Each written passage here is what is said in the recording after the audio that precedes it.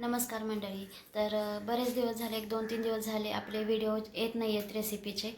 तर काही कारणाने येत नाही आहेत. तर आता आपले रोज कंटिन्यू व्हिडिओ येतील. आणि आजचा व्हिडिओ आहे, तर आज मी जाणार आहे. घरातील बाजार संपलेला आहे आणि रेसिपी करायचं म्हटलं की घरामध्ये बाजार हवा आणि आपल्याला नवीन नवीन रेसिपी दाखवायची आहे. तर त्यासाठी आपण बाजार घेऊन येणार आहोत. तर बाहेरचा व्हिडिओ मी तुम्हाला काही दाखवणार नाहीत, पण बाजार आणल्यानंतरचा मी व्हिडिओ तुम्हाला नक्की दाखवेन. आणि काय काय आपल्याला कशा कशा रेटमध्ये मिळालं तेही तुमच्याशी मी शेअर करेन.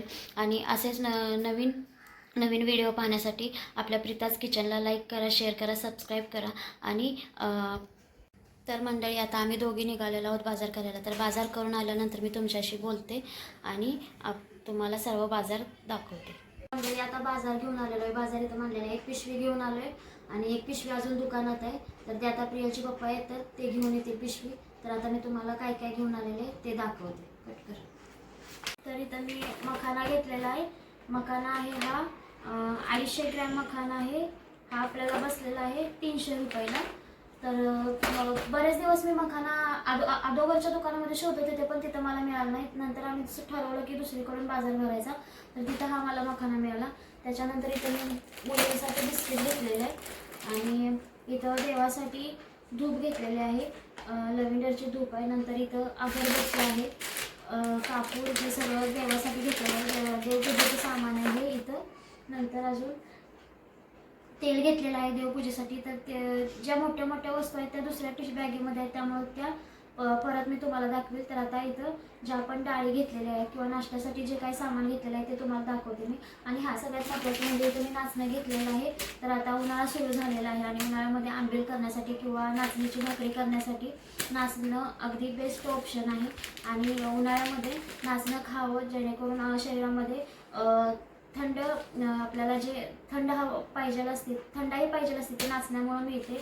आणि उन्हाळ्यामध्ये कसं शरीर तापतं आपलं, त्यामुळं आपण जास्त ताक पितो. तर ताकामध्ये आंबील केल्यानंतर त्याच्यामध्ये ताक मिसळून केल्यानंतर एकदम छान लागतं. आणि इथं मी नाचणं त्यासाठी घेतलेलं आहे. इथं मैदा घेतलेला आहे.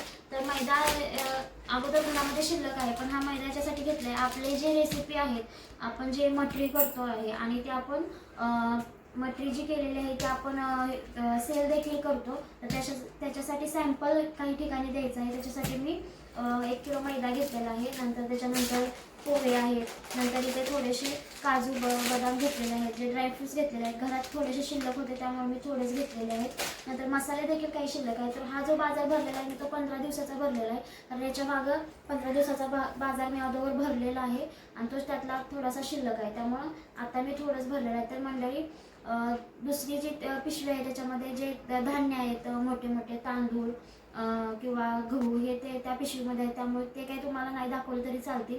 पण इथं आता डाळी आहे, तिथं चणा डाळ आहे किंवा चणा डाळीचं मी मागच्या वेळेस 1-2 किलो आणलेली होती. त्याचं मी बेसन पीठ देखील करून ठेवलेलं आहे. डाळ कांदा करण्यासाठी मटकीची डाळ आहे.